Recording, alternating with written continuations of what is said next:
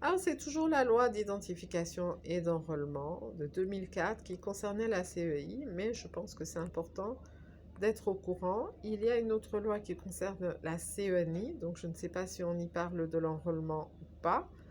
Alors, on continue. J'étais où? Voilà, titre 3 de la mise à jour des listes électorales, des résultats des opérations du contentieux et des pénalités. Chapitre 1er de la mise à jour des listes électorales. Article 38. À tout moment et dans le délai, les listes électorales peuvent être mises à jour en vue de constituer le fichier électoral national dans les cas ci-après. A. Un citoyen à inscrire a atteint la majorité électorale. B. Un citoyen a recouvré le droit électoral par la perte de la qualité et du statut qui avait empêché son enrôlement. C. Un citoyen inscrit est déplacé, muté, malade ou décédé. Là, je ne comprends pas trop. À tout moment et dans le délai, les listes électorales peuvent être mises à jour en vue de constituer le fichier électoral. Ah, ok, on peut mettre à jour. Un citoyen à s'inscrire a atteint la majorité électorale. Un citoyen a recouvré le droit électoral par la perte de la qualité du statut. Ah, donc, si d'ici les élections, quelqu'un a 18 ans, il peut aller s'inscrire. Ça, c'est une question à poser. C'est ça que je me disais. De 2022, 2023 à 2027, il y a plein de jeunes qui vont avoir 18 ans. Et donc, on peut faire des inscriptions en dehors des périodes d'identification et d'enrôlement. Ça, c'est une question à poser. Alors, les corrections apportées aux listes des électeurs font l'objet d'un procès verbal conformément à l'article 31 de la présente loi. Chapitre 2.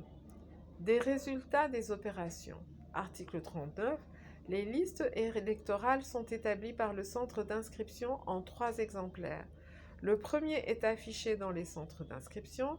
Le deuxième est conservé par le bureau de représentation de la commission électorale indépendante en province, tandis que le troisième est transmis au siège de la commission électorale indépendante.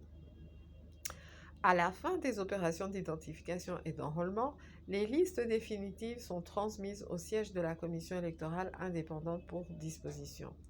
Chapitre 3 du contentieux. Article 40.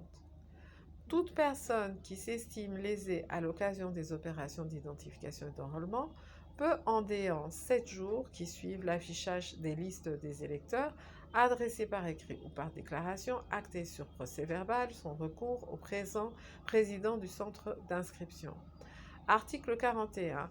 Après concertation avec les autres membres, le président du centre d'inscription, par une décision motivée, statue obligatoirement dans les 7 jours qui suivent la réception du recours. À défaut d'une suite dans le délai prescrit, le requérant est d'office rétabli dans ses droits. Article 42. Lorsque le requérant n'est pas satisfait de la décision, il peut introduire un recours auprès du président du tribunal de paix et du tribunal coutumier du ressort qui dispose de 7 jours francs pour rendre sa décision. Cette décision n'est pas susceptible d'appel. Article 43. Les corrections apportées aux listes des élections font l'objet d'un procès-verbal distinct. Article 44. Toute personne dont l'inscription est contestée peut, après en avoir reçu notification, saisir le président du centre d'inscription qui statue conformément à l'article 43 de la présente loi.